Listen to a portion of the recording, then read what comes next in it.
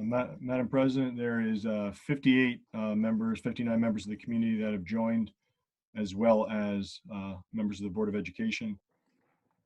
For members of the public, as we begin tonight's meeting, I just want to draw reference. What we learned in last month's video meeting is that you did not see names of individuals on the board. So my name is Dave Adderall, Superintendent of the school district. We'll be making several comments tonight at different points throughout the meeting as part of the procedures of the meeting. There are two individuals that have joined the meeting as the assistant board secretary to help manage the meeting on the back end as we're trying to make sure this runs smoothly in the virtual space. But also Kia Bergman. Kia is our director of communication. She's really helping to monitor behind the scenes to make sure that the meeting runs smoothly. That's why you see some of the boxes grayed out, as the individuals may or may not join by visual, but we wanted to make sure everyone knew who those individuals were, since the names did not appear on the video. Ms. Case, I want to turn it over to you to open, and I'll make some comments.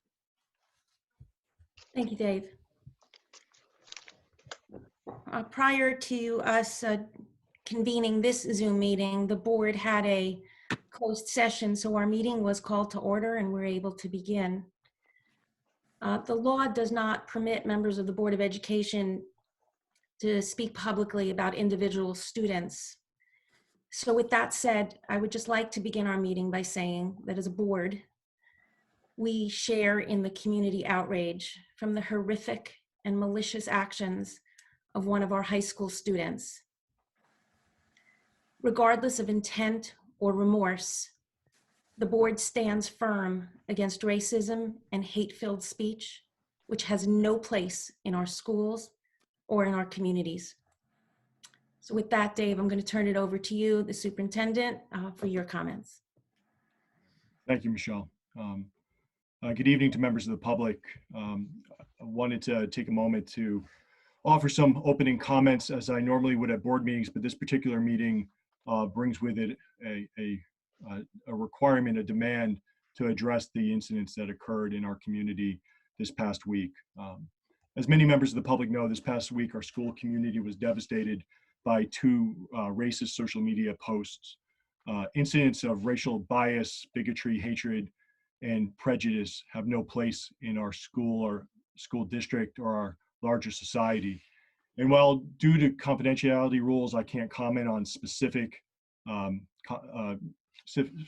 matters related to this investigation, I can offer that from the immediate notification of the racial bias incident, the school district notified law enforcement officials early that next morning. We investigated the allegations.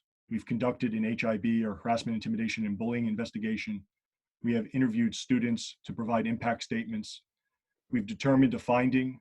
We've issued severe consequences, and we have began a dialogue with community leaders. And I emphasize that it's just the beginning.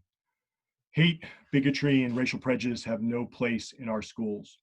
In the West Windsor-Plainsboro school district finds that racial and hateful language and imagery of the videos, the racist and hateful imagery of the videos, to be deplorable, and we denounce the actions and the words of this student.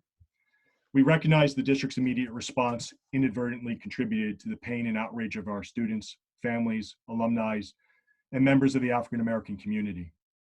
This was never our intention. As a school community, we apologize that our initial response contributed to this, and we pledge that we will do better. Racism cannot and will not be tolerated. As a school district, we value the physical and emotional safety of our students above all else. And we have developed a mission and a vision around the very fundamental beliefs in developing the whole child and meeting the social emotional needs of our children. And we owe it to our students to hear their voices and drive forward with deliberate action.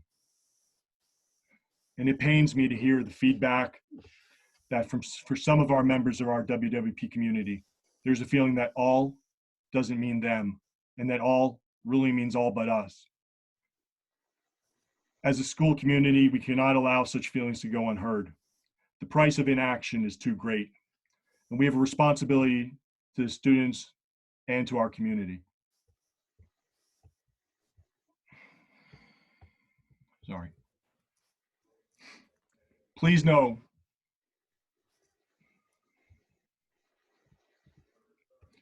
please know that as a district, we've made some deliberate and intentional efforts to address structural concerns surrounding equity and access in our academic programs, but it's clear there's much work to be done. We must intensify these actions as well as our efforts and ensure that we address the underlying beliefs, attitudes, and dispositions that may exist in our school community or within our larger and greater community. Our school districts are a microcosm of our society, and addressing of matters of race, bigotry, prejudice, and hatred is not just a school matter, it's a community responsibility. Please know that the school district is committed to engaging our community and will work to determine structures and opportunities to engage in dialogue and action. Given the fact that we are required to socially distance due to the public health crisis, opportunities for connection, opportunities for connection and fellowship will be challenging. We are working with community leaders to develop and implement a plan that will engage students, alumni, parents, and community members in small group virtual conversations. We will extend to in-person conversations once building-based instruction resumes. In the meantime, members of our guidance department and administration continue to be available to support our students. Opportunities and outreach to students, parents, and alumni will be forthcoming. And I thank you for your continued support and dedication to our students and all of their education. So it's a difficult transition to go from that kind of statement to say that we have an opening board public business meeting. But there are other matters that I must speak to tonight that are statutory or required as part of our budget process. But as we think in the time ahead, I want our community to know that we're hearing your voice, we're hearing your feedback, and there's issues that must be addressed within our school community, and we will work with our community, specifically within members of our African American community in West Windsor-Plainsboro and our students, to work to build forward a solution together. Our students deserve that. Now, as we're in week 7 of virtual learning and back from spring break, I just want to thank our staff again for all the work that they're doing. Our staff, our students, our parents, the partnerships that they're having in the homes with our virtual and remote learning. We're working hard to continually to enhance the program that's being offered to our students and to build our collective skill sets. And we don't know how long this period of quarantine is going to go. Our governor has continued to message the community on a daily basis. What we know is the number of cases are still rising. Over 113,000 cases in New Jersey as of today, over 1 million cases in the United States as of today. And we're still rising at a clip over 3,000 cases a day in New Jersey. And while hospitalizations decreasing in the short term, number of citizens that we've lost has only increased. And I'm sad to report that one such individual is one of our very own West Windsor-Plainsboro staff members, Mr. Lester Patterson. Lester was an eyes on the door officer at Grover Middle School, and he'd worked with the district for just under 2 years. Our heartfelt condolences to the Patterson family, and we thank Lester for his service and his dedication to our kids. He loved working in West Windsor-Plainsboro, and he represented the very best in our school community.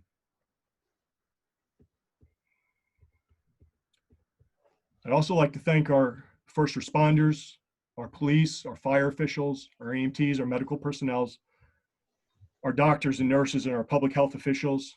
Incredible thanks to Jill Swanson at West Windsor-Plainsboro Health Department for the amazing work that she continues to do. Also want to thank our school nurses for being such a support to our families as a resource. To our volunteers and those that have continued to make volunteer efforts to help the district, to provide masks and homemade masks for our food service volunteers and our distribution plans that we do at Mondays at High School North, and to members of the community that have made masks for our security personnel we thank you for the work that you've done to support our school community. And tonight I'll make comments later, but I'm also pleased to bring forward the recommendation of a principal candidate at Community Middle School. So there's a lot of work happening out there in the district. There's a lot of people doing a lot of good work to help move this district forward in a very difficult time.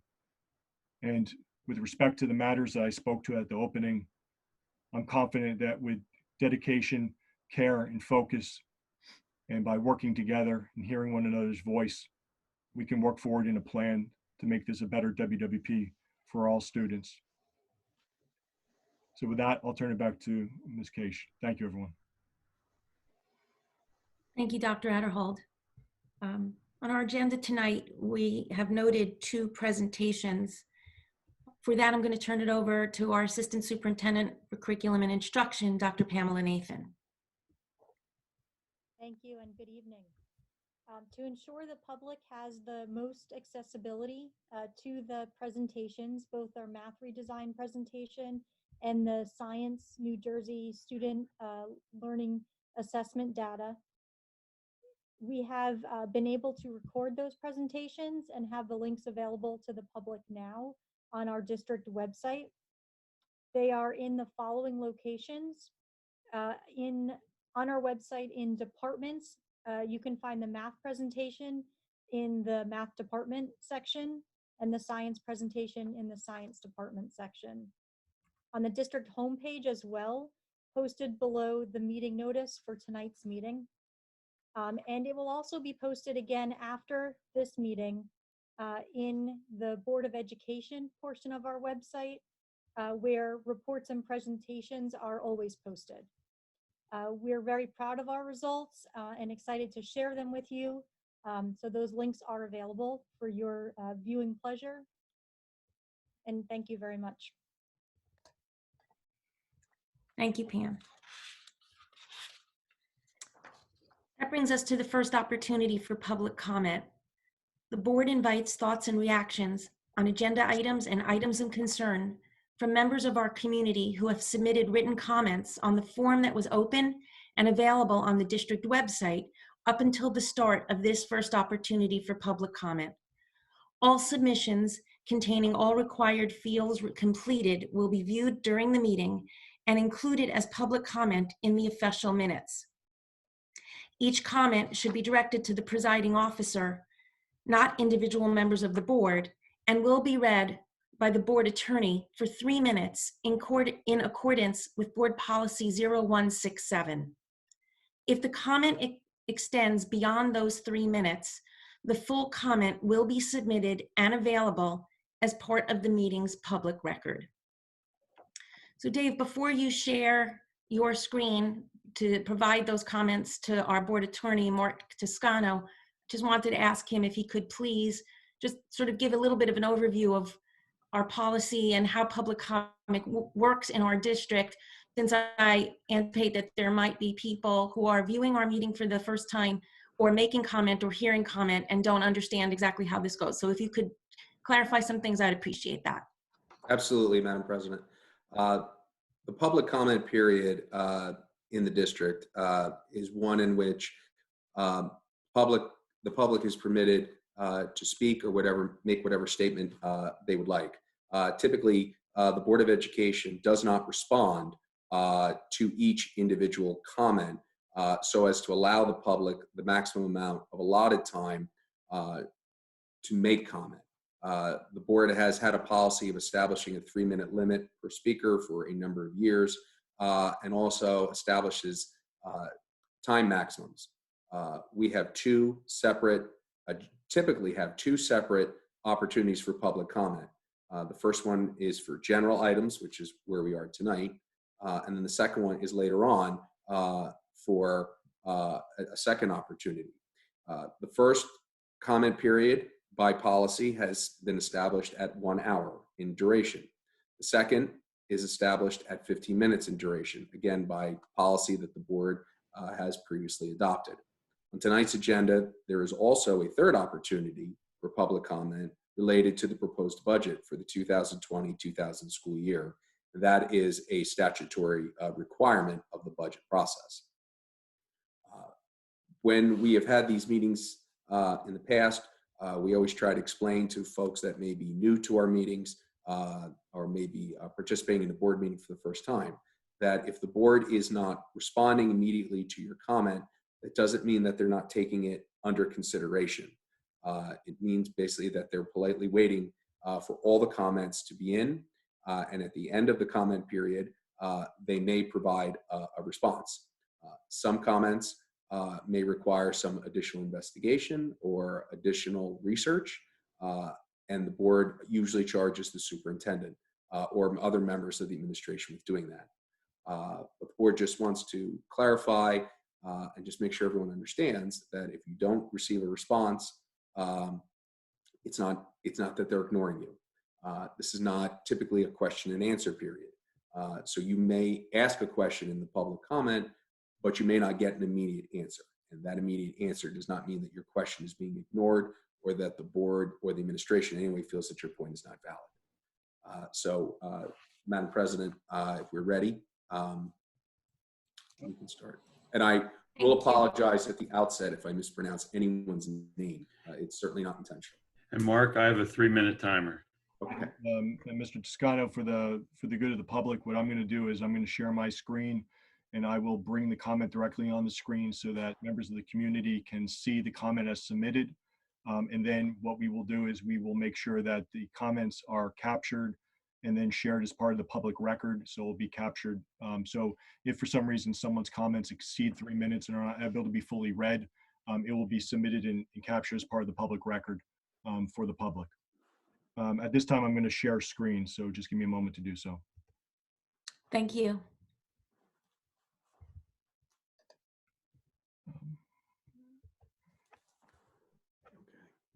So Apologies, I just have to move my little, yeah, I have to move my video here so I can see the full comment. I got it. Okay. Yes, you mind just scrolling back over to the left just so I can see the name and just announce the name. I apologize. Okay. Our first public comment tonight comes from Latoya Evans, 249 Robbinsville, Edinburgh Road, West Windsor. It's Comment. Latoya Edwards. What did I say? Edwards. Oh, I apologize, Latoya Edwards. I thought it was last name, first name. Thank you. I am saddened and upset at the district's initial response to the videos. In my opinion, the second letter was an attempt to minimize the damage done with the initial response. The district's initial response highlights the sentiment I hear from my kids and others. The district does have a race problem when it comes to African-American students. The students feel belittled, devalued, and unheard. In my opinion, racism towards African-Americans, and I understand the gravity of the word, is embedded in the fabric of WWP. Most try to act like it's not there, but it always rears its ugly as a reminder to us all. Let's work together to change this reality. Second comment is from Veronica Mino, 41 Galston Drive, Princeton Junction. Comment is, this week, there was a very hurtful event on a social media platform. Racism is something that in 2020 is beyond unacceptable. It does not matter if your words are spoken by a young adult or an elderly person. There is no room for racism in our community. It was very hard for me to think about certain events that happened in the past regarding racism. A few years ago, my husband sent a letter to Mr. Flores regarding his communications with me. Below is an excerpt of that letter. On 310, in response to her email asking about the PRISM program, you gratuitously added in your response, to be honest, when you were speaking, it took many of us a while to realize what you were talking about. Obviously, you know that English is not Veronica's first language. You are adding this to your email as insensitive best, but even more disappointing is the fact that you took the time to add this in your response to her email, when at that point you clearly knew she was inquiring about, and the only logical reason you would add this was to humiliate her, since her alleged inability to articulate the question was not an issue once she sent the emails, which was written in plain English. If an adult makes fun and belittles another person because English is not our first language, what can we expect from our children?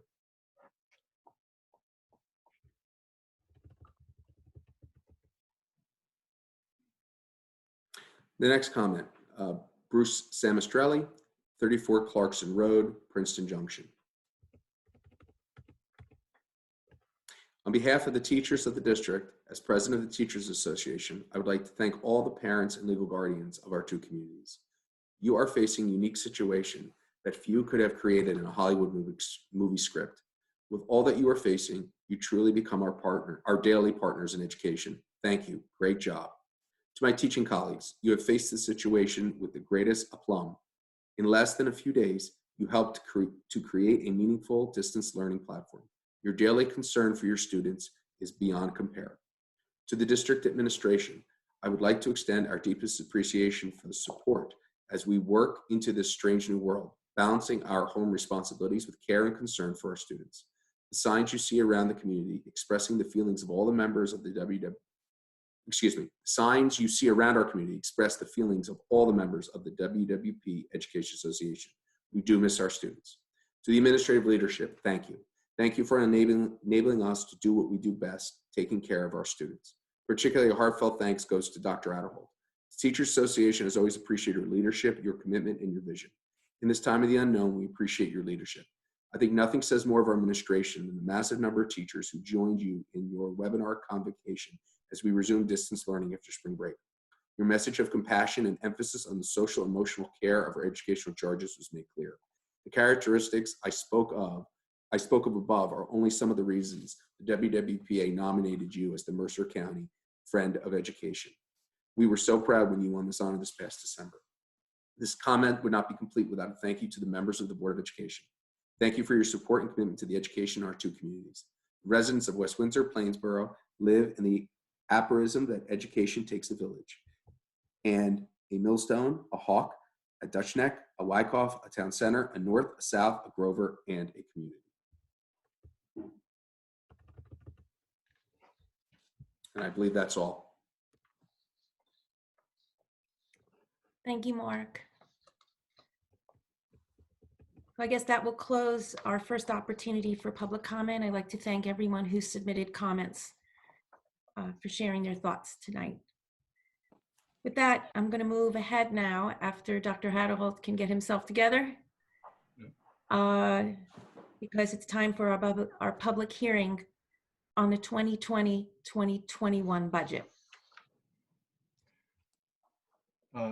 Thank you, Ms. Case. So at this time, we have a requirement under code, administrative law code, to present a budget, and that's done in a specific time frame. So this particular budget that will be presented this evening was accepted as the tentative budget at the March 31st board meeting, submitted to the county office for review, has been reviewed and approved by the county office, and comes before the Board of Education tonight. But it's very important to note that this is based on fiscal parameters that we were provided back in February. And the governor had a state of the budget or state of the state address on February 25th. The board received our state aid numbers on February 27th. We have been told to move forward as a school community, school district, with the working assumption that the budgetary dollars that we were awarded through the state aid numbers are to hold firm. As a result of that, we have to move forward with a presentation that encapsulates those numbers. There is absolute recognition on behalf of the Board of Education and administration that we're in a changing fiscal landscape and that we anticipate that the numbers will change in the future. And some of the reasons I say that is we know that our governor, our state Senate president, our state assembly leader have come forward with an agreement to move the tax year from April 15th to July 15th. We also know that our fiscal year was moved to September 30th. And we also know that we expect some form of address or new numbers in August of 2020. We also know that the state has to give a short-term 3-month budget sometime for July 1st through September 30th to fill a fiscal gap in budgeting. We do not know the timeline of when that will occur. And we have no knowledge of whether our state aid numbers will alter during that time period. So as I speak to the budget tonight, we expect a shifting landscape, and the district will have to make financial decisions, determinations in live time. if state aid isn't held, there is tremendous concern of how we'll be able to deliver the number of programs that we currently have for our students in totality. So what we know is that the district receives and has fixed cost. Those costs do not change because of the coronavirus crisis and the global pandemic. There's negotiated contracts and salary obligations, benefit obligations, tuition obligations for out-of-district tuition contracts, transportation contracts. And as of right now, the members of the legislature and the governor have signed bills that requires the school district to continue to pay as if all goods and services are being delivered in live time. All services, all employment is happening as if the district was fully open. All contracts are to be paid as if the services are being delivered. That could all change based on whatever happens with the future fiscal guidance. But that's where we are today. So I just wanted to provide a framing before I step into and share my screen regarding the budget. So at this time, I'm going to open up the document.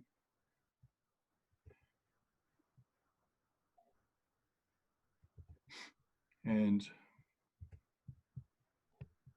forgive me as I manipulate this.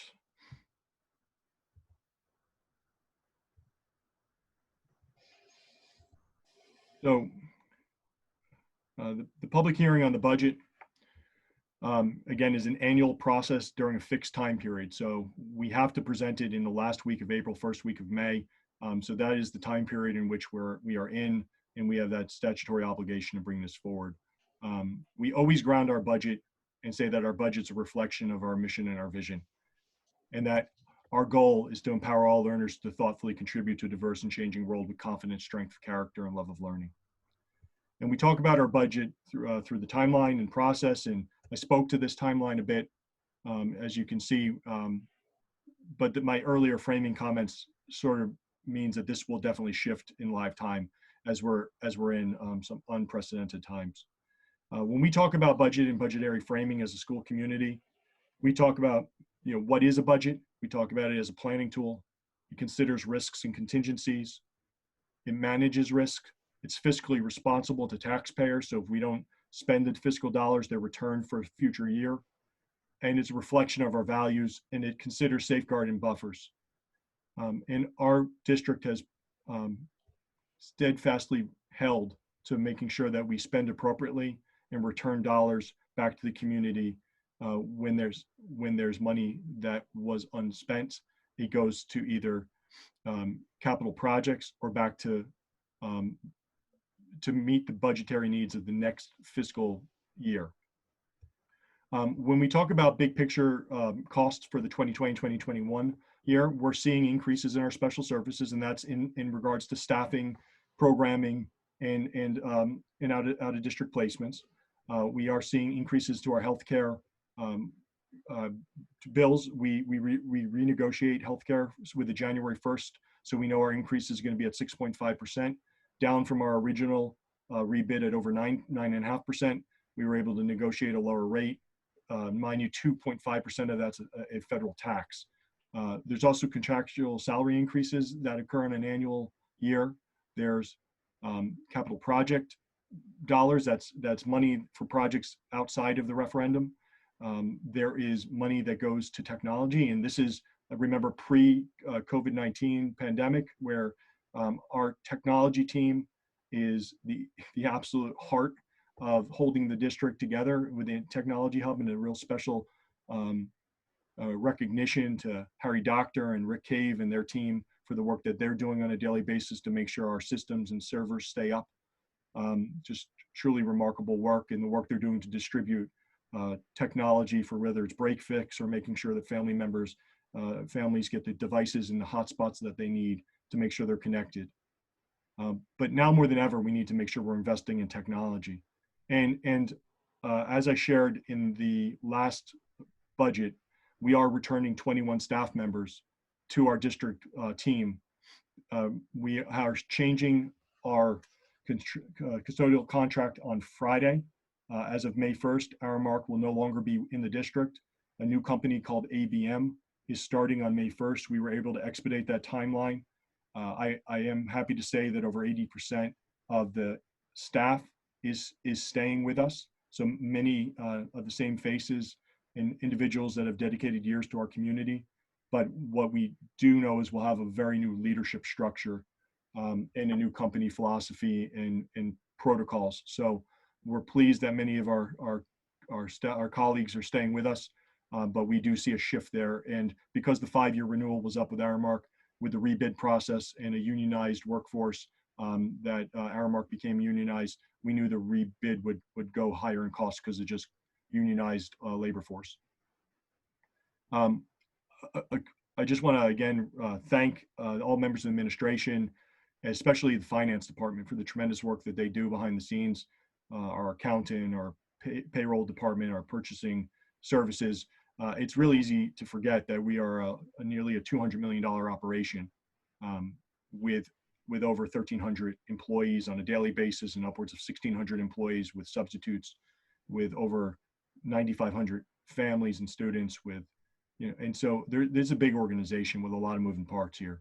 And our finance department, year after year, for 11 straight years, has received the ASBO Business Officials International Certificate of Excellence. Tremendous credit to them for the work they do in financial reporting. And this Certificate of Excellence confirms the district's commitment to financial accountability. Also, for 6 years now in a row, we received the Meritorious Budget Award. I'd like to also just note that this is all at the same time we've been able to maintain a AAA bond rating, one of the few school districts and few municipal government agencies that still holds the AAA bond rating in the state of New Jersey. So a real credit to the board and the administration and the finance department for their fiscal discipline over time. When it comes to cost drivers, and you get a sense of some of the increases that we're looking at, healthcare costs, again, about 1.1 million. Salary increases just based on contractual increases at 2.3 million. So just those two numbers alone are above the 2% that we're allowed. So under the financial rules, it's 2% in allowances. The allowances are based on two major factors. One's enrollment growth, the other is healthcare adjustment. And then there's another mechanism called bank cap. And some other changes out there could be, bank cap is when you don't spend your full financial authority the prior year, and you're able to use that in a 3-year period.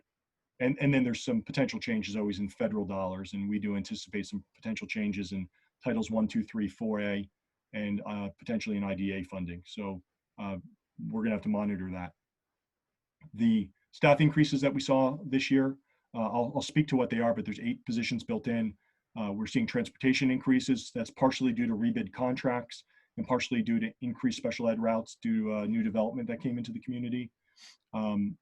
Special ed increases are around 1.9 million. Those increases, again, heavily driven by a new development that came into the community mid-year. As individuals may recall, we have a number of affordable housing units that are coming online within our school district and our school community. Those housing units, some were originally intended for, one in particular was intended for disabled adults due to a lawsuit that became an income qualified unit of 72 units, and families were able to qualify in with school age children. This was not the original projection of that particular development, but that is the projection now. And we need to meet the needs of the students that move into our community. So we're going to work to do that. It does just bring some additional tuition-based contracts, but that's our responsibility to those students. ESIP is something called the Energy Savings Improvement Program. And with an ESIP, what this essentially is, it's the opportunity to do energy-based projects to ensure that we are decreasing our energy footprint. As we've attempted to decrease our energy usage, we're adding in and entered into a contract with Schneider Electric and several different contractors through Schneider in order to do energy projects for lighting and HVAC and some solar work and envelope, where we're actually doing repair work around airflow within our buildings and lighting upgrades. A lot of energy costs come through heating, ventilation, air conditioning, and a lot come through just general daily lighting. So by making some of those changes, but what happens when you enter an ESIP, you have to bond the money prior to the work being done. So the savings lag behind. So in year one of the project, we have to front the payment for the bond. So that's why you see that dollar there. And then there's annual capital projects, which I'll speak to on a future slide. So for some of the budget considerations that we're talking about in special ed, it's special education, it's staffing, it's programs, it's tuition, program review. We built in some dollars just because we anticipate through the program review that's underway right now that we will have some need for professional development training at the very minimum. And we know that there'll be more, but if we don't put some dollars there, there's no steps we can take if we're sitting without the dollar in the budget to support that. And then new residential developments as communities come online and as new residents move into the community. And we still are very, very actively, even through the pandemic and the school closure, we have our registration up virtually, and we're admitting students on a daily basis to the community. So we're still will have movement and transition, and families and students still have a right to be educated when they move into the community. So we are expecting still to have some impact to new residential communities that are coming on board still, that are slated and underway and being finished. With respect to instructional considerations and staff increases, we know that at Dutch Neck, we're going to have a growth of 1 and 3rd grade. We know this because there's 9 sections of 2nd and 1st, but there's only 8 sections of 3rd. And we know there's 9 sections of 1st coming behind in current kindergarten. So we need to go up 1, or we're going to decrease class, or we're going to increase class size. So at the high school, we're increasing students. And when you increase students, you increase section requests. And when you increase section requests for 560 requests, you divide it by 24, and you can figure out how many sections it is, and divide that by 5, and you figure out how many FTEs you need. FTEs is full-time equivalents that equals teachers. So we know that it's minimally 2. It's going to be slightly higher than 2, but it's under the 4 that the math I just said is going to calculate to. But that's based on student choice of scheduling, and it's always based on student interest. When we go through the master schedule, there's core requirements, but then there's student elective interest. We know that we're going to be growing some programs in special education. At least those were projected based on IEPs and transitions. We will always have to monitor numbers and adjust accordingly. There's code requirements with respect to special education that hold firm, whether we're in a virtual environment or in a classroom setting. So we have to be mindful of the code when it comes to special education staffing numbers. BCBA is a board certified behavior analyst. This is a growth position to help with students in the regular education settings in order to help students with some behavioral challenges. We see this mostly when students are moving into the community and at the younger elementary ages. And this is a staff member this was a recommendation in the prior special ed review years gone by. And we have several of these positions in district. And what ends up happening is if you don't have an in-district BCBA, you end up contracting with an out-of-district BCBA at a very different price point. And it's cost friendly to the district to hire in-district staff versus hiring outside contracted staff to provide the same service. The instructional aids are to support the growth of the DLI, a dual language immersion program at both Dutch Neck and Maurice Hawk in both Mandarin and in Spanish. You see the monthly expenditure for an endocrinologist. As a school district, we do not have a professional on staff with high level of knowledge with respect to diabetes. And we've seen a growth in number of elementary and middle school, high school students with diabetes care management. And what often happens is families move in with health plans that are sometimes very difficult for the district to administer. And we then seek outside support to try to make sure that we have the training and the knowledge to do the right thing for the students. So just like we've hired a concussion specialist, or we've hired other medical professionals at time to support the community, we're looking to contract with a medical provider, a doctor, to support us with care in the area of diabetes.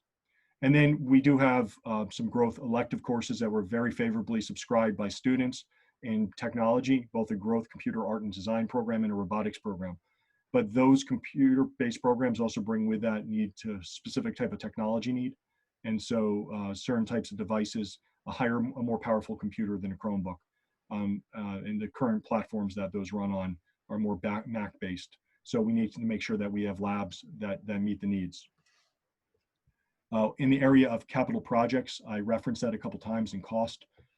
There are some projects that need to continue to go forward with the roof project at Grover and North. These are not the full roofs, these are sections of roofs. It also is areas where future solar will go on, so it's work that is required to do. A year ago, we had this work on our list. We did not move it forward because it came back overpriced.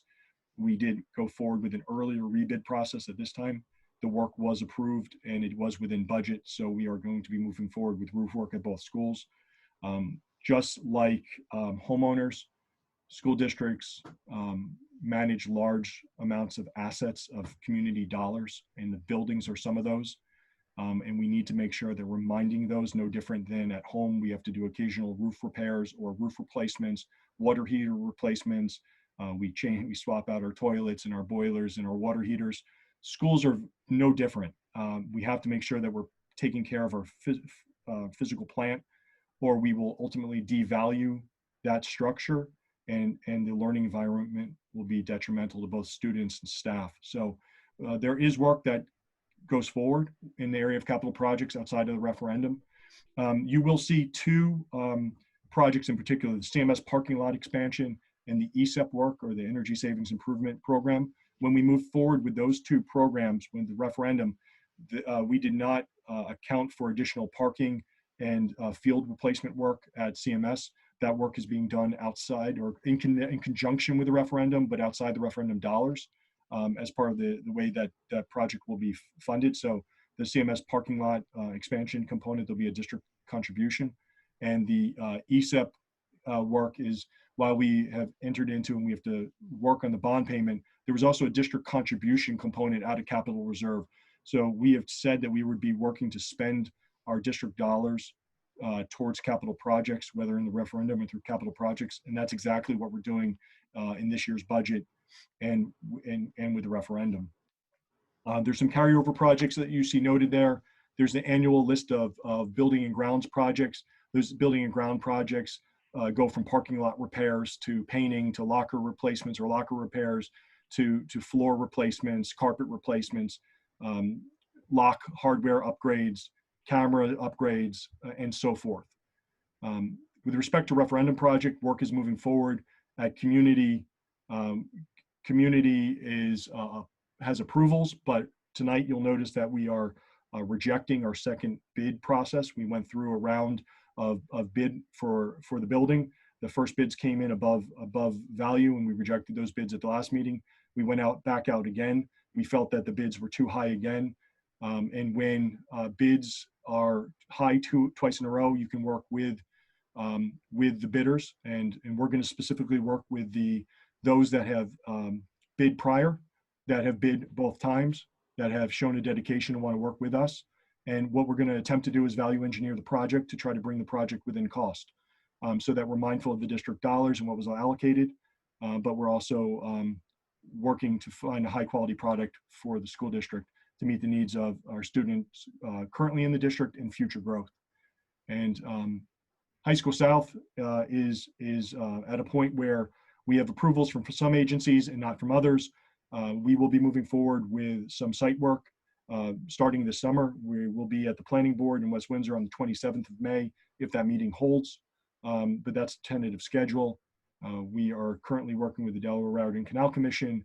We've submitted the project to the state for second round, and this is an expansion project that brings forward major parking lot work that has to be done this summer in order for the physical plant to start being built in the new expansion growth, because it's in the front of the building through the front bus lane by the flagpole. There's fire alarm work happening throughout the district. There's heating, ventilation, and air conditioning work that will be taking place at both Millstone River and High School North. Security vestibules in the majority of the district will be going in, but I believe there's 5 or 6 happening this summer or scheduled to happen this summer. There's media center work, but we have held that work for this summer without our media center or librarians present in facility.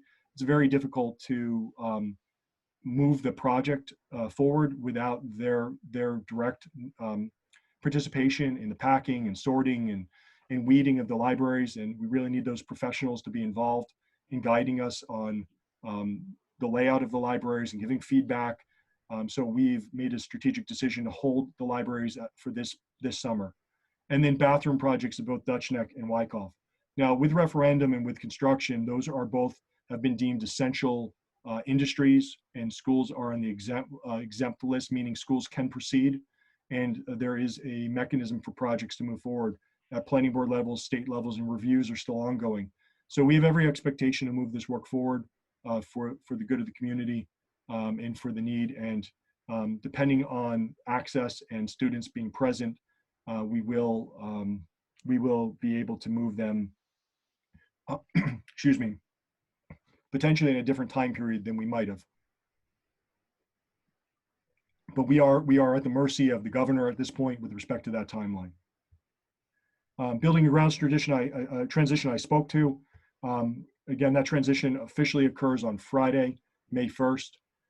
But in that decision, primarily ABM will represent essentially the cleaners for the building, the building custodians, but the joining the building and grounds department and the assistant, the director, the two assistants, the district plumber. We will be bringing back operations foreman. Many of you that have been in the district over time might remember the district used to have a building-based operations foreman. This will be a non-affiliated F policy position. Every building, will essentially have a head operations foreman that will be on the day shift working with the building as a district employee. There's 2 HVAC mechanics, a vehicle mechanic, a district electrician. And so basically the building and grounds maintenance staff is back through the district as a non-affiliated positions. And then working with the WWPSA or the Service Association, we're able to bring the grounds crew back. We note that this takes care of our athletic fields and the grounds around the facilities. We also have a district courier that works to support the district and community and all the communication. He makes things happen that is invisible mostly to the public, but helps the operation run. From a budget parameter standpoint, some of the timelines I referenced, that we know now that the state aid numbers, we know the taxes have been extended, we know the fiscal year's been moved, we know we should be expecting both healthcare and prescription increases middle of the year. There's some legislation out there that we're going to need to be mindful of with respect to healthcare. We have settled contracts going into next school year. We're very appreciative of our partnership with our associations and the work that we've done together over time, that we have settled contracts for a period of time.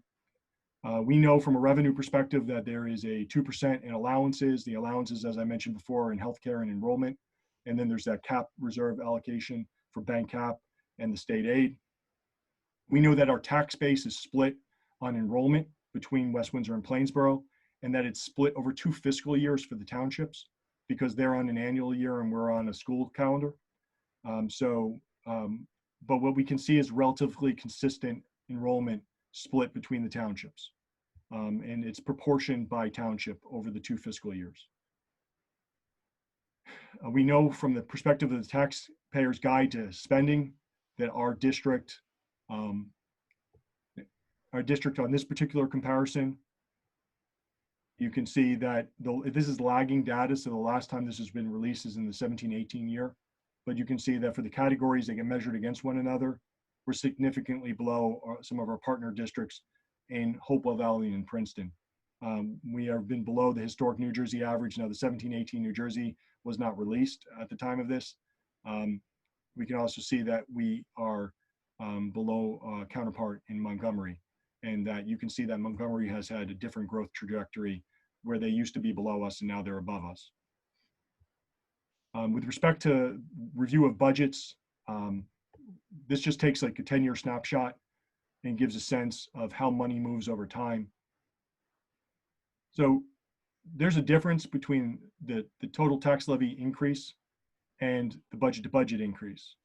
And so you can see a year where the budget to budget was 0, but the total tax levy increase, meaning the taxpayer increase, was 6.5% in the 10-11 year. Members of the community that have been here over time might recall that that was a year where we lost 7.7 million, 7.8 million in state aid. So while the Board of Education went 0%, we had to increase the amount of money collected on our debt. And as a school district, we pay our debt out of general fund and out of cap reserve. So what would happen is if we lost a lot of state aid, you could see the impact to taxes go up, even if the board chose to go 0 on the local, because you have to still meet your obligations to your financial responsibilities. So over time, you can see, and there was a change in the law back around 2013 or so, 2012, with respect to 2% not going out to the public vote anymore. The board is held relatively consistent at 2% in allowances over that time period. And so you will note, though, in the 2020, 2021, that our budget to budget is at 8%, but our total tax levy that is what's the difference in the tax bill is at 2.25%. And that's because we're budgeting our capital reserve.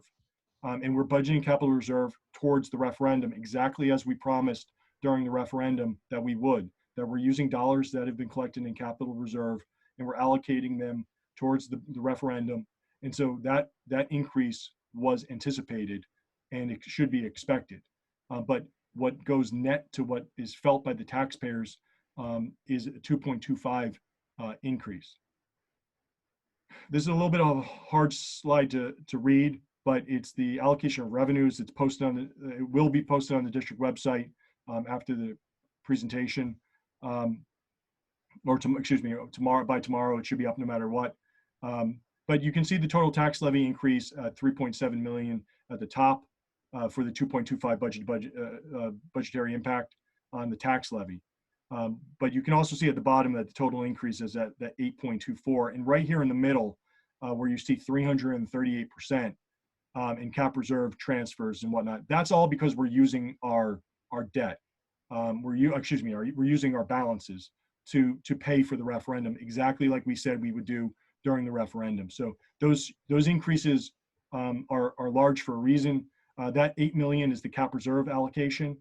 Next year, that should be around 5 million because we wouldn't have the additional money towards community. And we have a second allocation of the ESIP that year.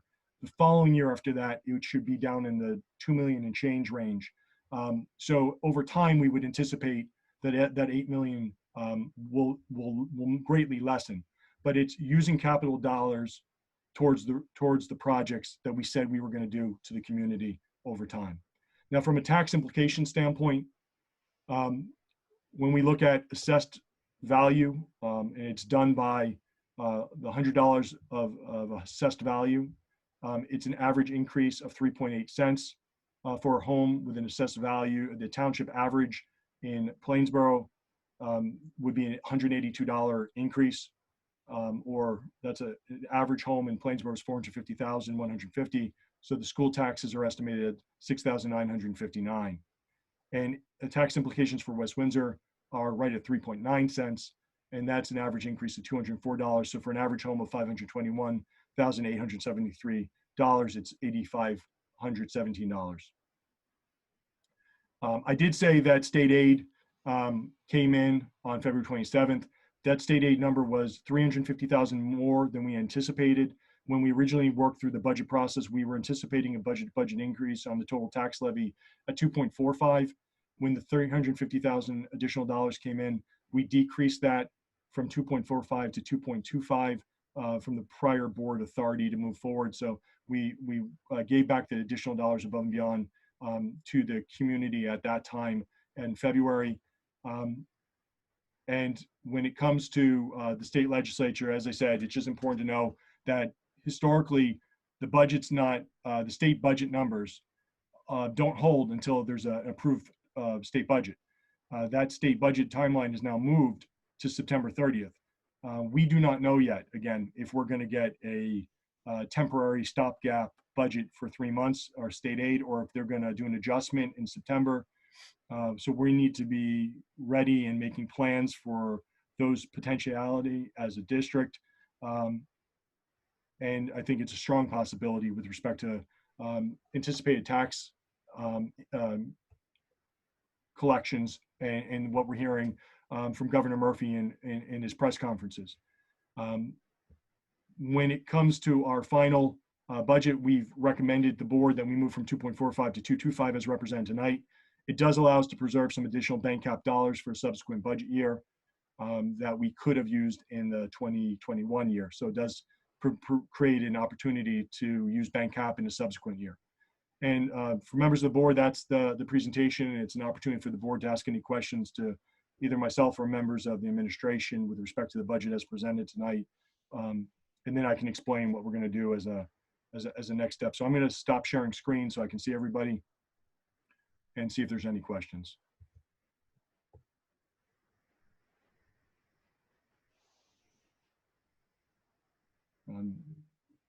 Not seeing any questions from the board. What historically would happen is if we were in the board office or in the multipurpose room, we would offer the community an opportunity to come to the microphone and provide public comment, specifically on the budget. Because of the virtual world that we're in, and because of the need to do this, we still must request public comment, but we have to think of a way to do that. So what you'll see if you're following the agenda is we're recommending the suspension of the public hearing to move to the 3 committee reports so that the public has an opportunity to go to the district website where the links are live, and you can then insert your public comment with respect to the budget only. And that's specific because there's a third opportunity for public comment that's open to any items discussed within a 15-minute opportunity for public comment. But right now is the public's opportunity to comment on the budget as presented this evening before the board will vote. So what we'll do is we'll do the 3 presentations, then we'll come back, I'll share screen again, put up the public comments. Mr. Toscano will read those comments just as he did with the first opportunity for public comment. Then the board will have an opportunity to vote on the budget as presented, and then we would proceed with the board meeting for that point for regular business. Any questions from the board about the process that we just laid out? Then hearing none, I'll turn it back over to the board president. Thank you, Dr. Adderhold. So we'll postpone the public hearing on the budget to allow members of the public time to submit their comments. So at this point, we'll have our committee reports. We'll begin with administration and facilities. And for that, I'll turn it over to board member Tony Flaris. Thank you. The board met on April 21st. We began with the discussion from the superintendent concerning the virtual school district and the learning experience for students, teachers, families. And the discussion included instructional planning, virtual instruction, virtual meetings, technology needs, meal distributions, school security, athletics, and construction.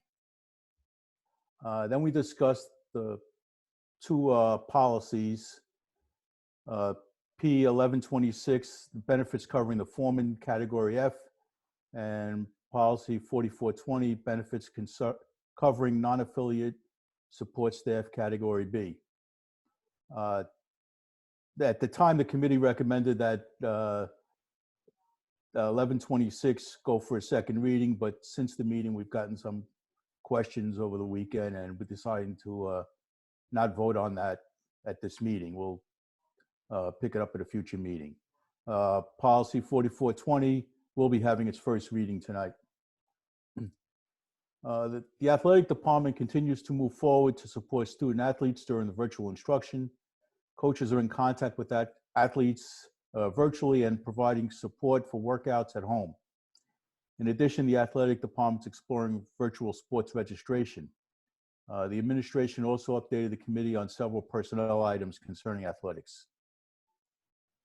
Then we discussed the special education review, and the district is proceeding with the special education review, including the addition of focus group virtual meetings with students, parents, district staff, and community groups.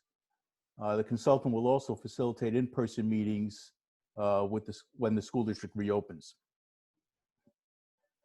The committee reviewed the 2021 AVID contract.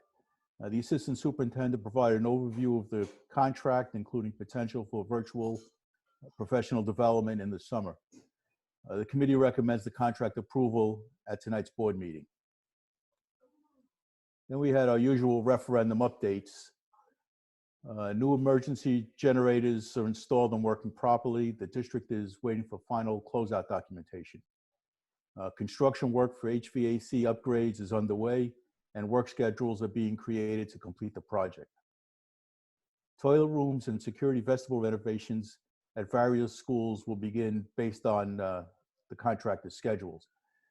Phase 1 at Dutch Neck and Millstone River, the bidding's been delayed until December 20th, with work to take place in September 2021.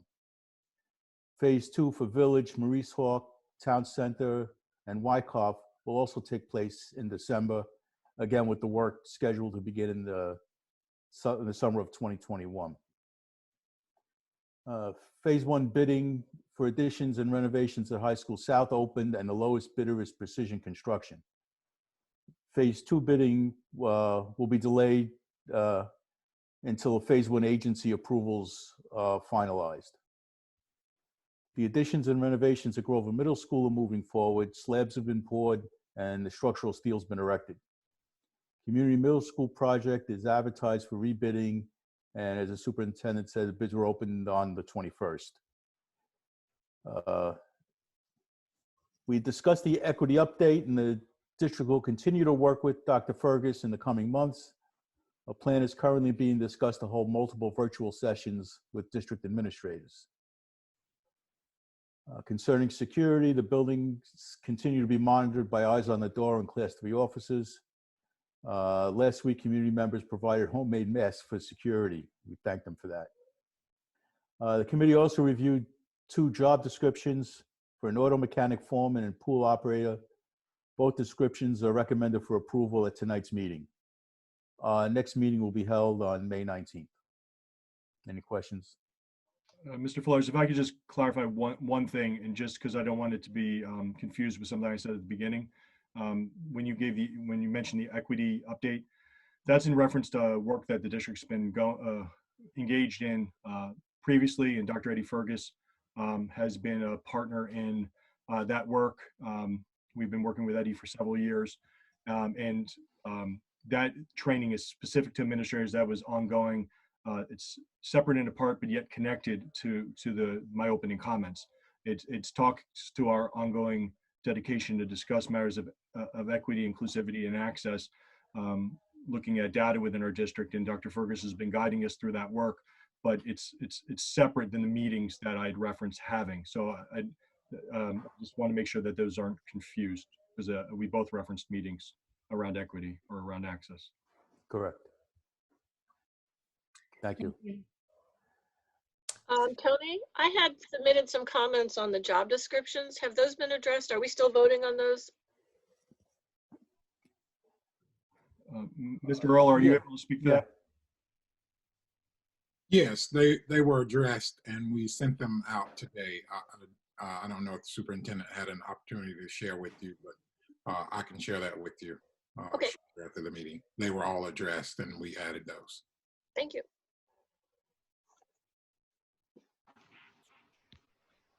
Okay, so if there are no additional questions for the A&F committee, we'll now get the report from the curriculum committee. And so with that, I'll turn it over to Dana Krug.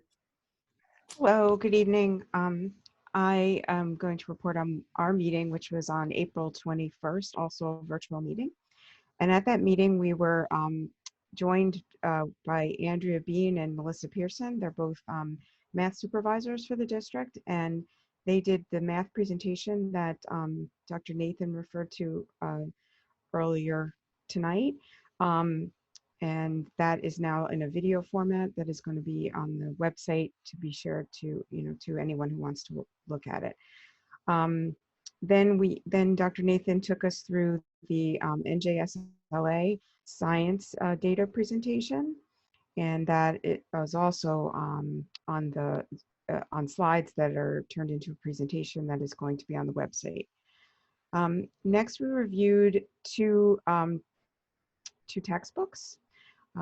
Actually, Andrew Bean and Melissa Pearson stayed for that to talk about the two textbooks that had gone through the regular process that we go through with the evaluation of the textbooks.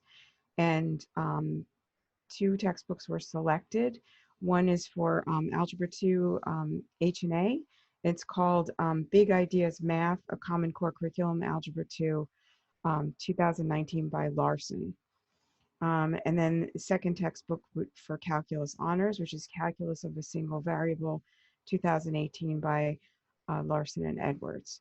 We're going to get, assuming that we all vote on this tonight, we're going to approve it tonight.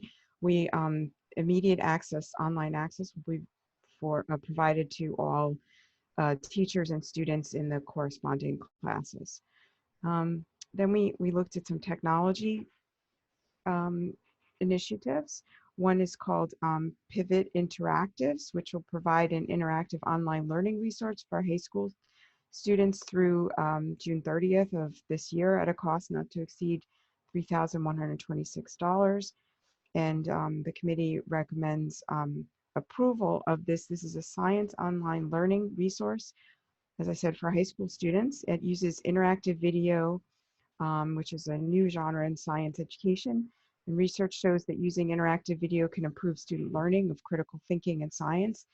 The Library of Interactive Activities lets students learn from real-life events, phenomena, and use measurement tools in and out of a classroom setting. Guided instructions, integrated data tables, and graphing mean students can conduct authentic science investigations online.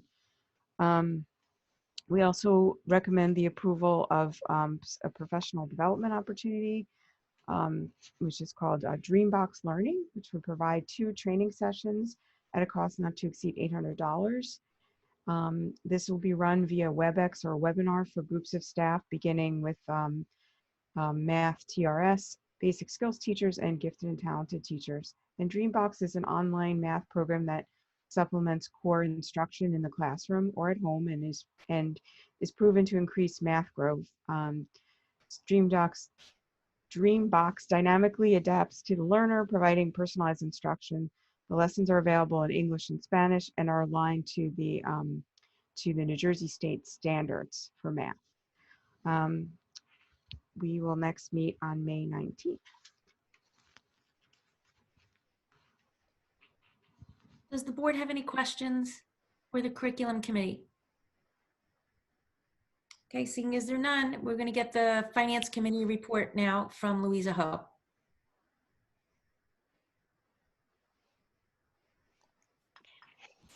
Back, okay. The finance committee met on April 21st. Staff briefed the committee on new legislative action related to COVID-19. One of the bills requires school districts in our situation to pay employees as if they were working.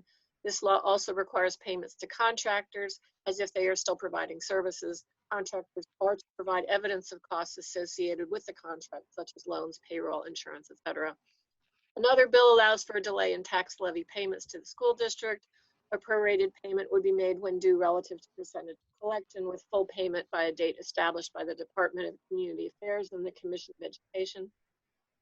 This bill also allows a school district to take a loan for the prorated shortage in tax levy, which does not especially make sense as that number is a moving target. Currently, municipalities take tax anticipation notes, but school districts do not. The bill limits the amount the district can borrow, not allowing the district the opportunity to borrow to fulfill its financial obligations. The committee also reviewed the agenda items, including the 2020-21 budget, which includes required language as prescribed by the Department of Education. The committee reviewed the financial reports for approval, including the bills list, transfer line items, treasurer reports, and board secretary's report. The district financials are tracking as they normally do at this time of year. There are 2 motions on the agenda to approve the improvement of technology infrastructure during this remote learning experience. This involves replacing equipment that is nearing the end of its useful life and was scheduled to be replaced in the near future. There are 2 motions on the agenda for construction change orders to reduce the final contractual amount to the district. Transportation items include routes for next year, renewal of agreements, joint tours with other school districts for shared services, transportation, and the cancellation of routes that are no longer needed. There is a motion to change the dates of travel for some professional development. Meetings are being rescheduled and some will likely be canceled eventually. For the 2020-21 budget process, as mentioned already today, the budget has been submitted to the Executive County Superintendent. The district has responded to questions asked by the county and is waiting for their approval. The advertised budget will appear in the papers on Wednesday and Thursday, and the public hearing is tonight. For insurance renewals, liability and workers' compensation and health, a request for RFPs for health benefits went out on April 14th. It is expected that all who received RFPs will also submit proposals. There is not enough time at this point to go out to bid for our liability coverages. Staff also provided a construction update. I believe Tony has covered that in detail, so I will not do it again. The energy savings improvement plan is underway. They had drone surveys of the rooftops, which is needed for the installation of solar panels. Bids were received for district-wide ESIP projects, including building envelope improvements, LED lighting, retrofit, transformers, controls, and mechanical equipment installation. Bids were also received for High School South and Dutch Neck HVAC projects. There were no bids received for the district-wide plumbing improvements. Professionals for Snyder Electric have been participating in all construction meetings, so it feels like one big project moving forward. As Dave mentioned already, the district is transitioning from using Aramark for facility maintenance and cleaning services to a new vendor, ABM, as well as bringing some of those services in-house. ABM is onboarding many former Aramark employees, and the district is rehiring the required maintenance staff. The district had participated with Princeton University in applying for a compost grant. We were not successful and did not get the grant. Our next committee meeting will be Tuesday, May 9th. Does the board have any questions for the Finance Committee? Okay, seeing as I see none, we're now going to resume the public hearing on the 2020-2021 budget. So at this point, we're going to pick up with the opportunity for public comments just on the budget. The board invites thoughts and reactions on the 2020-2021 budget from members of our community who have submitted written comments on the form that was open and available on the district website until the start of this opportunity for public comment on the budget. All submissions containing all required fields completed will be viewed during the meeting and included as public comment in the official minutes. Each comment should be directed to the presiding officer, not individual members of the board, and will be read by the board attorney for 3 minutes in accordance with Board Policy 0167. If the comment extends beyond those 3 minutes, the full comment will be submitted and available as part of the meeting's public record. So with that, I'm going to ask Dr. Aderholt to please share his screen and thank our attorney, Mark Toscano, for reading the comments. So just for full transparency, there was, you'll see the comment in a minute, but there was a comment submitted that was intended for the third opportunity for public comment. We have copied that and moved it to the third to make sure that community's voice could be heard. So it will not be presented. It was not about the budget. We do have it saved as part of the record though, so it can be verified. And I'll share screen now so you can see the public comments on the budget. Thank you.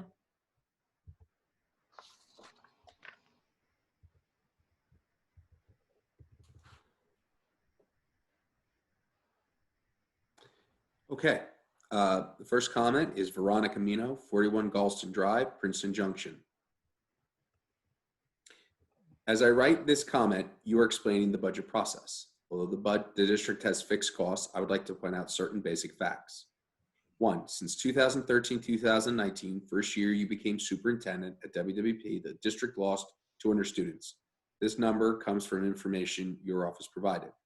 The October 15 enrollment figures for the requested school years follow.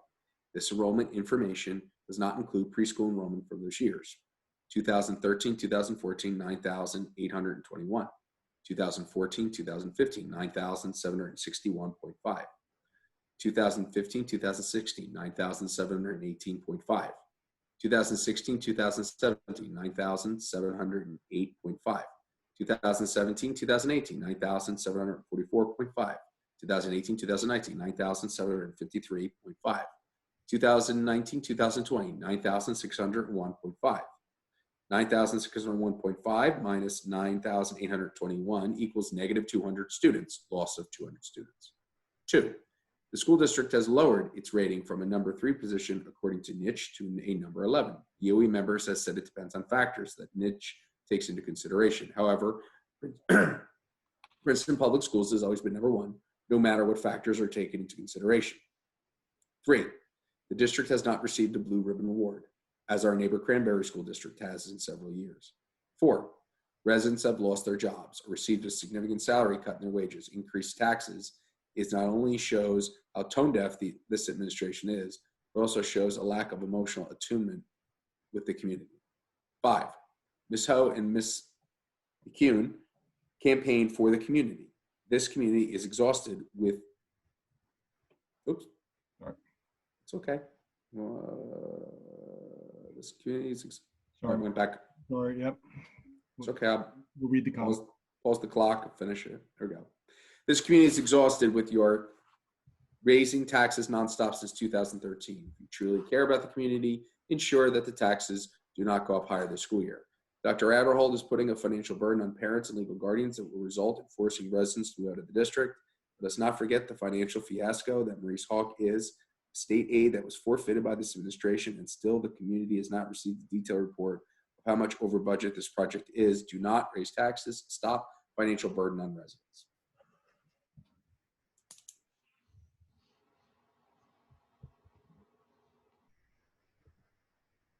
And that appears to be all. Okay, I thank you, Mark, for reading, and I'll thank the person who commented. That's going to close our opportunity for public comment for the budget. And as our last step, as part of this public hearing, we will now need a motion to approve the 2020-2021 budget. So can I please get a motion on that? Rachel and Robin. Are there any questions about that? I'm going to ask all the board members to unmute their microphones so that when Dr. Russo calls the roll, we can hear you. Thank you, Chris. Okay, we'll start with Mr. Cheng. Yeah. Okay, next is Mr. Flores. Yes. Ms. Ho. Yes. Ms. Krug. Yes. Ms. McCune. Yes. Mr. Whitfield. Yes. Ms. Zovich. Yes. Ms. Juliana. Yes. And Ms. Case. Yes. Okay, passes. Thank you. And so now that it will adjourn the public hearing. That brings us to the voting portion of our agenda.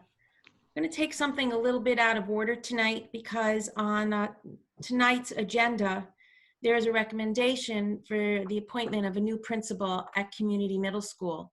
So before I get a motion on that, I'd like to turn that over to Dr. Adderhold because I think he has some comments. Thank you, Ms. Case. So the members of the community, if you haven't heard, we do have the resignation of Dr. Carter that we accepted earlier in the year. I just want to take a moment to thank Shauna for her 10 years of service to the community. As many of you may know or may not know, Dr. Carter and I worked together in another community, and I've had the great pleasure to see her grow as a leader and as administrator, to work together, to learn from her over 13 years of my administrative career. And I'm better for it, and I think our community is better for her service. So to Dr. Carter, just a tremendous thanks and appreciation for the 10 years you provided to this community in service of our students.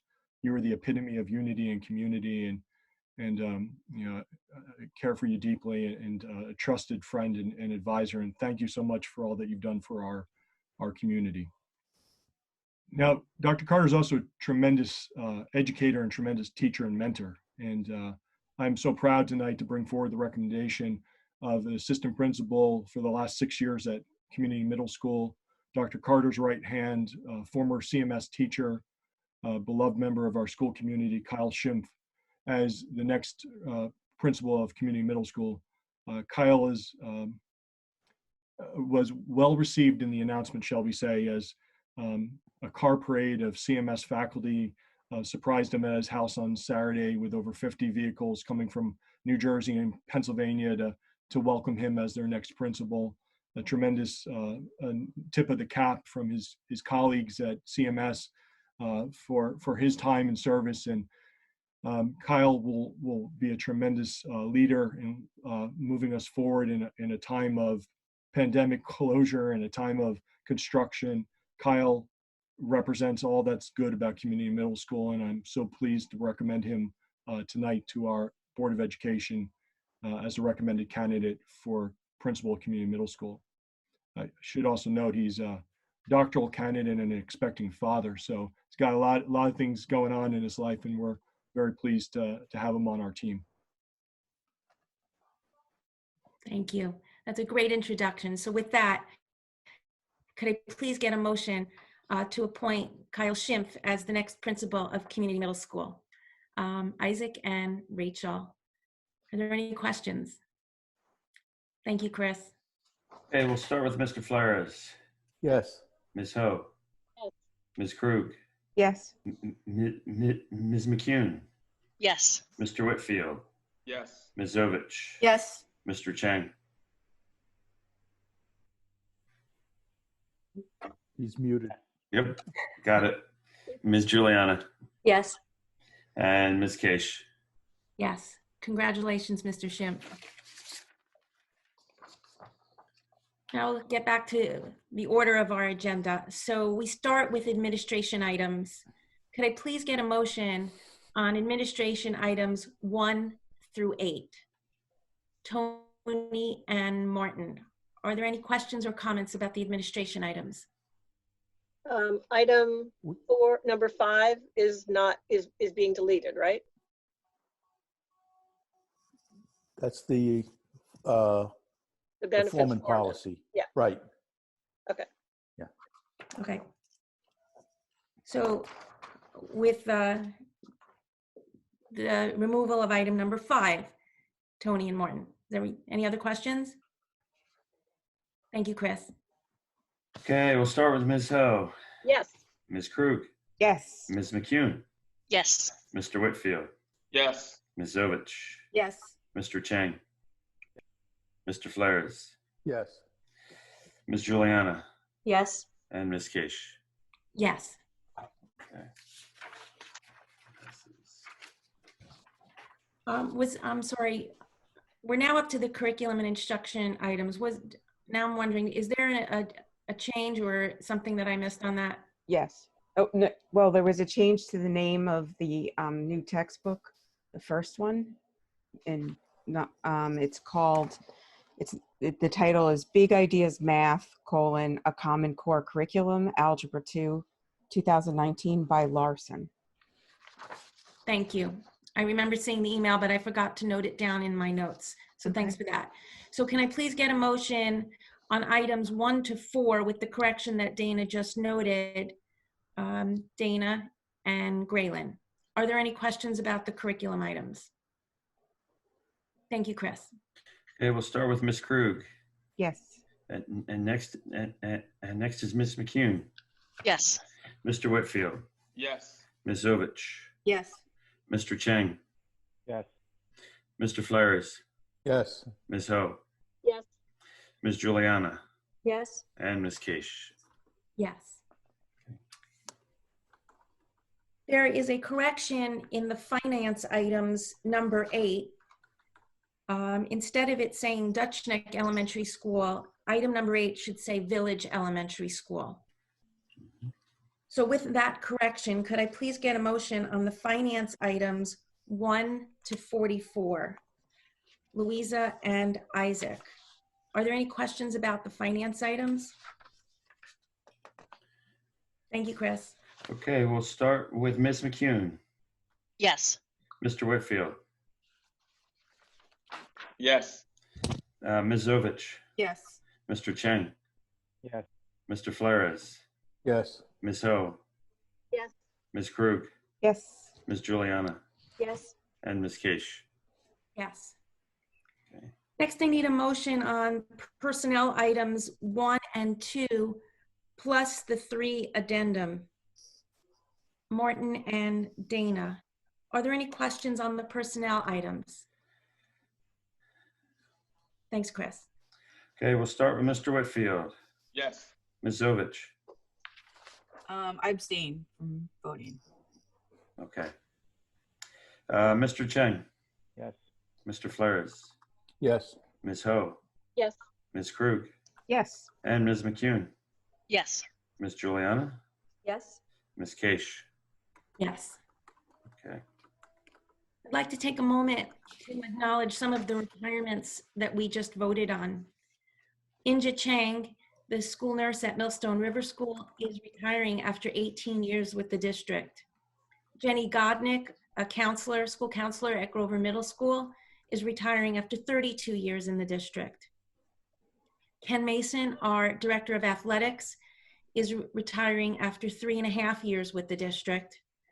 Teresa Russo Whites, a speech language specialist at Wyckoff, is retiring after 30 years with the district.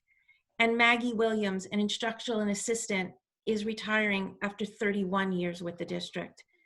On behalf of the board, we want to wish them well in their retirement, wish them health and safety and enjoy, and thank you for all your hard work and commitment to our WWP students.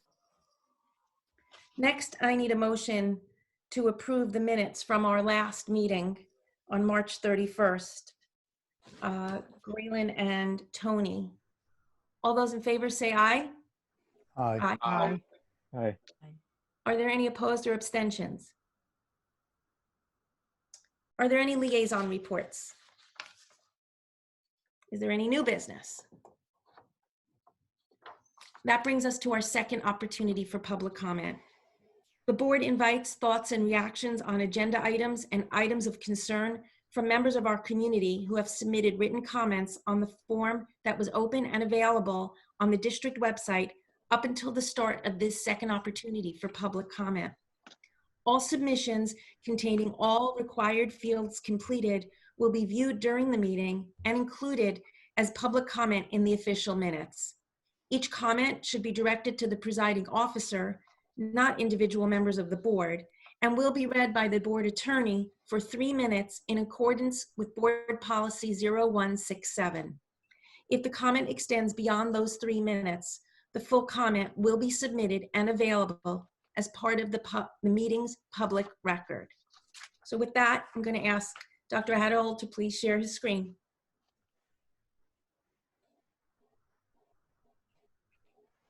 Okay, the first public comment is from Latoya Edwards, 249 Robbinsville, Edinburgh Road, West Windsor. Comment: I am stunned to hear about the passing of Mr. Lester Patterson. He was eyes on the door officer at South and most recently at Grover. Lester was always pleasant, caring, and always had a smile. The district and community lost a great man. Condolences and prayers to the Patterson family. Next comment comes from Joy Horton, 10 Hopkins Court, Plainsboro. Over the last week, I've heard from a number of parents and students about the offensive TikTok video, which was posted on social media. Most of them, like many of you, were outraged. For many of the parents, it brought up memories and stories of racist acts done to them and their own children. I want you to know that your voice on this topic will be heard. You will not be ignored. Everything that happened this week comes on top of many of us in the African American community losing loved ones at great numbers to COVID-19. Grandparents, aunts, uncles, friends, coworkers. So a degrading and demeaning video adds an additional hurt. After hearing now at the board meeting about the passing of Eyes on Doors officer Lester Patterson, adds an additional heartbreak. Lester was a kind and gentle soul and a great friend to the African American parent support group. My thoughts and prayers go out to his family. I had planned a much broader public statement regarding the incident, but I'm too broken up now to comment any further, other than to say that this issue of racism in the community and in our schools must be seriously addressed on all levels and must not be ignored. Rest in peace, Lester.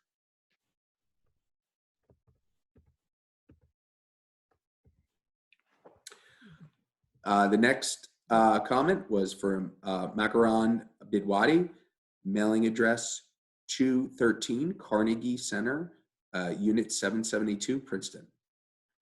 Comment. In the previous month's 2020 March 10 Tuesday meeting, I'd raised leadership issues during the public comment in person on the need for instant schools closure as student, staff safety came first, not some obsolete code that the schools must abide by in times of such war by a virus against unsuspecting human beings. I had been the lone voice via email on 2/20 March 5 Thursday who wrote to put off the science fair at Millstone River School on March 20, March 7 Saturday for COVID containment, and in a minority calling to shut the schools on 2020 March 9 Monday. I kept my kids home and oblivious of the reality they were marked unexcused for the March 9-13 week when our reason was COVID prevention to keep them home. School student work was not provided to be picked up in spite of multiple requests to the principal. I referenced a particular school had closed itself in spite of opposition by recommendation from its health department. In his response to my public comment, the WWP superintendent misidentified the school as one from Trenton, New Jersey, and its purpose of closing. That the school that closed, a show of independent leadership, was in Washington State, a quote from its official letter. Sorry, Mark, scrolling down. Okay. It's okay. With that said, the Department of Health this afternoon issued a letter that indicates their belief that the risk to students and staff is minimal and that they do not believe the current situation warrants closing Bothell High School. However, as we await the aforementioned test results, it is out of abundance of caution that I decided that Bothell High School will be closed tomorrow, Thursday, February 27th. There's a website. I won't read the website. In my in my 2020 March 31 Tuesday email to board admin, I was rather blunt on not conducting business as usual, and later emailed again about attrition in this economic reshuffle that cannot be ignored. Thank you.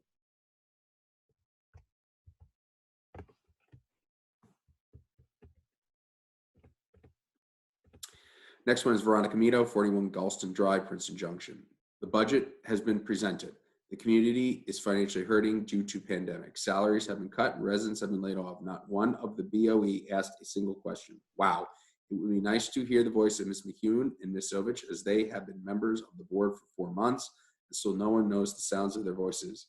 I'm in shock that no BOE member had a question about the budget. Wow. Next comment is from, and I apologize if I mispronounced it, Savoy Dory, 14 Finley Lane, West Windsor. I'm glad to hear that the board is taking the matter of the racist posting by the students seriously. However, please note that we, concerned parents, will be paying attention to the ultimate outcomes relative to this matter. We will hold you all accountable for doing what's right and for upholding the mission of this town, the mission of this township's mission.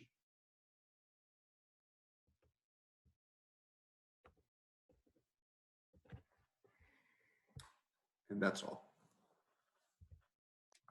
Okay, so that will close our second opportunity for public comment. And I'm going to thank Mark again for reading those comments and thank the people who submitted them. On our agenda, there was a notation about the need to go into a second closed executive session. We're not going to be doing that tonight. So the next order of business on our agenda is an adjournment. But before I do that, I just want to thank everybody for coming out virtually to our meeting tonight, and just wish everybody good health, stay safe, stay positive. Thank you for helping take care of each other. And with that, I'd like to get a motion to adjourn our meeting. Tony and Louisa, all those in favor say aye. Aye. Aye. Thanks so much. We'll see you virtually next time.